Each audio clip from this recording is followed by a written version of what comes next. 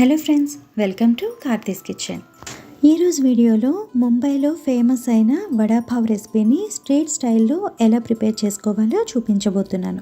ఈ వడాపావ్తో స్పెషల్గా చేసే 2 చట్నీ రెసిపీస్ కూడా చాలా టేస్టీగా ఉంటాయి.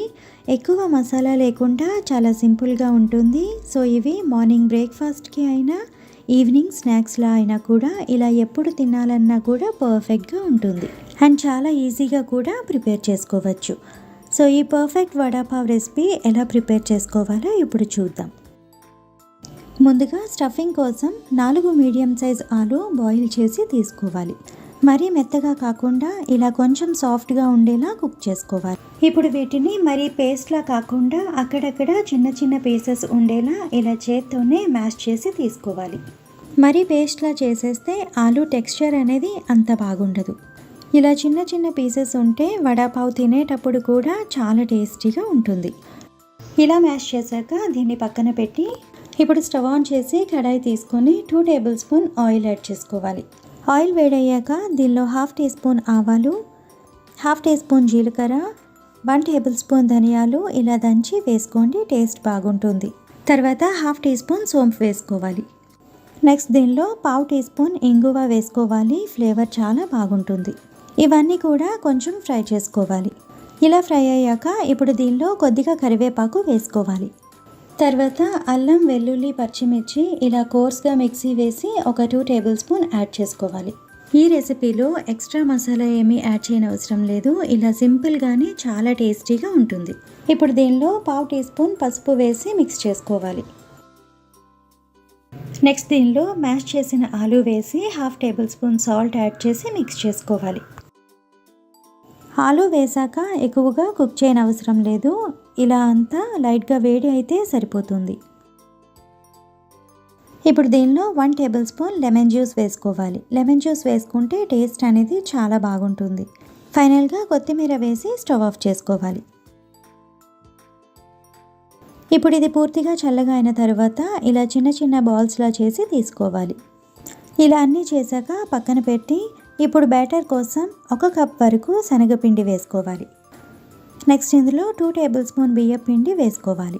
బియ్యం పిండి వేసుకోవడం వల్ల ఆలు బోండా వేసినప్పుడు పైన లేయర్ అనేది క్రిస్పీగా వస్తుంది. ఇప్పుడు 1/2 టీ స్పూన్ సాల్ట్ వేసుకోవాలి. తర్వాత 1/2 టీ స్పూన్ పసుపు, 1/2 టీ స్పూన్ వాము యాడ్ చేసుకోవాలి. ఇప్పుడు ఇందులో వాటర్ యాడ్ చేసి లంప్స్ ఏమీ లేకుండా మిక్స్ చేసుకోవాలి.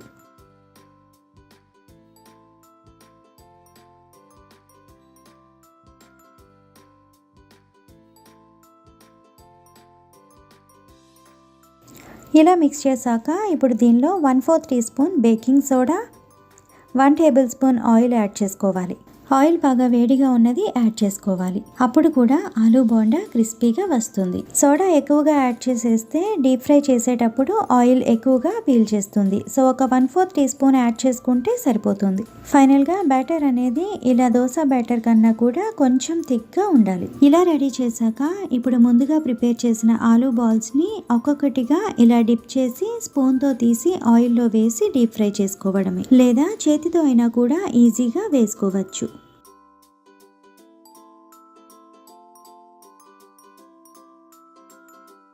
ఆయిల్ అనేది ఎప్పుడు కూడా మీడియం టు హై హీట్లోనే ఉండాలి.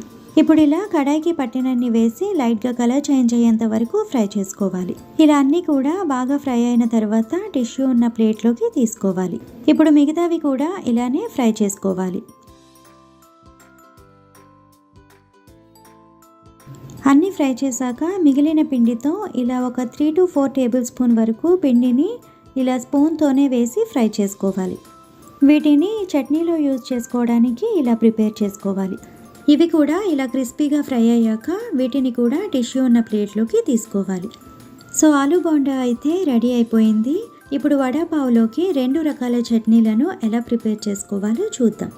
ముందుగా వెల్లుల్లి ఇంకా కారంతో డ్రై చట్నీ ఎలా ప్రిపేర్ చేసుకోవాలో చూద్దాం.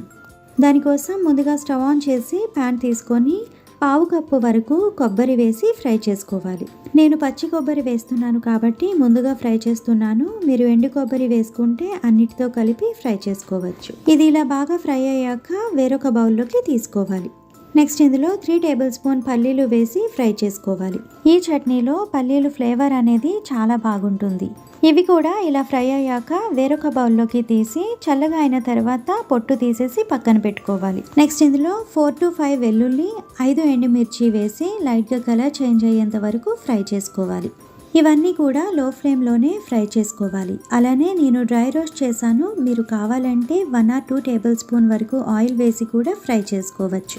ఇవి కూడా ఇలా ఫ్రై అయ్యాక పక్కకు తీసి ఇప్పుడు మిక్సింగ్ జార్ తీసుకొని ముందుగా ఫ్రై చేసిన కొబ్బరి, తర్వాత వెల్లుల్లి ఇంకా ఎండుమిర్చి కూడా వేసుకోవాలి. తర్వాత పల్లీలు పొట్టు తీసేసి వేసుకోవాలి. నెక్స్ట్ ఇందులో 1/2 teaspoon salt, 1 teaspoon Kashmiri red chilli powder, 1 teaspoon amchur powder, 1/4 teaspoon ఇంగువ వేసి మరి మెత్తగా కాకుండా కొంచెం కోర్స్గా బ్లెండ్ చేసి తీసుకోవాలి. ఇలా మిక్సీ వేసాక ఇప్పుడు దీనిలో ముందుగా మనం ఎక్స్ట్రా పిండితో ఫ్రై చేసింది ఉంది కదా, వాటిని ఒక 1/4 కప్ వరకు వేసి మిక్సీ వేసుకోవాలి. సో చూసారు కదా, రెడ్ చట్నీ అనేది పొడి పొడిగా మంచి కలర్ ఇంకా టేస్ట్తో చాలా బాగా వచ్చింది. ఇది చాలా సింపుల్గా ప్రిపేర్ చేసుకోవచ్చు, చాలా టేస్టీగా కూడా ఉంటుంది. నెక్స్ట్ ఇప్పుడు గ్రీన్ చట్నీ కోసం మిక్సింగ్ జార్ తీసుకొని 1 కప్ వరకు కొత్తిమీర, 1/4 కప్ వరకు పుదీనా, 1 ఇంచు అల్లం, 2 పచ్చిమిర్చి, 3 లేదా 4 వెల్లుల్లి, 1/4 teaspoon salt, 1/2 teaspoon black salt, 1/2 teaspoon chaat masala, 1/2 teaspoon black pepper powder, 1/2 teaspoon sugar, 1/2 lemon juice, 1/4 cup water add చేసి మెత్తగా మిక్సీ వేసుకోవాలి. వాటర్ ప్లేస్లో మీరు కావాలంటే పెరుగు అయినా కూడా వేసుకోవచ్చు, టేస్ట్ బాగుంటుంది. సో ఇదంతా కూడా ఇలా బ్లెండ్ చేశాక బౌల్లోకి తీసుకోవాలి. గ్రీన్ చట్నీ కూడా రెడీ అయిపోయింది. సో చూసారు కదా, ఇది కూడా చాలా సింపుల్గా ప్రిపేర్ చేసుకోవచ్చు, టేస్ట్ కూడా బాగుంటుంది. సో వడాపావ్ కోసం ఆలూ బోండా, రెడ్ చట్నీ ఇంకా గ్రీన్ చట్నీ కూడా రెడీ అయిపోయింది. ఇప్పుడు మీరు ఇంట్లో ప్రిపేర్ చేసుకునే పావు ఉంటే దాంతోనే చేసుకోవచ్చు, లేదంటే ఇలా మార్కెట్లో పావు అనేది ఈజీగా అవైలబుల్ ఉంటుంది, దానితో అయినా కూడా చేసుకోవచ్చు. ఇప్పుడు ఈ పావుకి ఇలా మధ్యలోకి కట్ చేసుకోవాలి. మొత్తం చివరి వరకు కట్ చేయకుండా ఇలా కట్ చేసి తీసుకోవాలి. ఇప్పుడు ఇలానే చట్నీ అప్లై చేసి సర్వ్ చేసుకోవచ్చు, లేదా ఇలా బటర్ వేసి లైట్గా ఫ్రై చేసి అయినా తీసుకోవచ్చు, టేస్ట్ బాగుంటుంది.